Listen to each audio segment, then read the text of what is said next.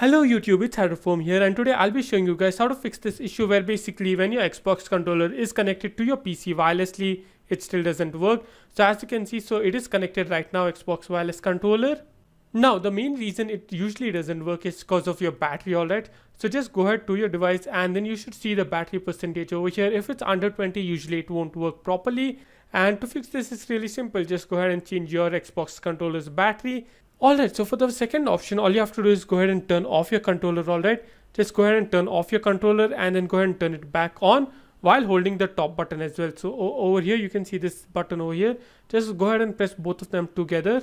And now what it should do is your controller should start blinking like this, and it should reconnect automatically. It should recalibrate automatically. And if this doesn't work, do not worry. All you have to do right now is just go to more Bluetooth devices, and then you want to go ahead and click on devices over here. And then you want to go ahead and make sure to go ahead and disconnect or remove your Xbox controller, and then just go ahead and do the same thing again. Just go ahead and press these two buttons at the same time. Alright, so now once your Xbox controller starts blinking, as you can see, so new Bluetooth controller found. Just go and click on connect right over here, and as you can see, so your device is ready to go. Now if this turns off once again remember, just go ahead and change your battery, and yes, this should work. Yeah, thank you guys for watching. Leave a like, subscribe, and see you guys in the next one. Goodbye.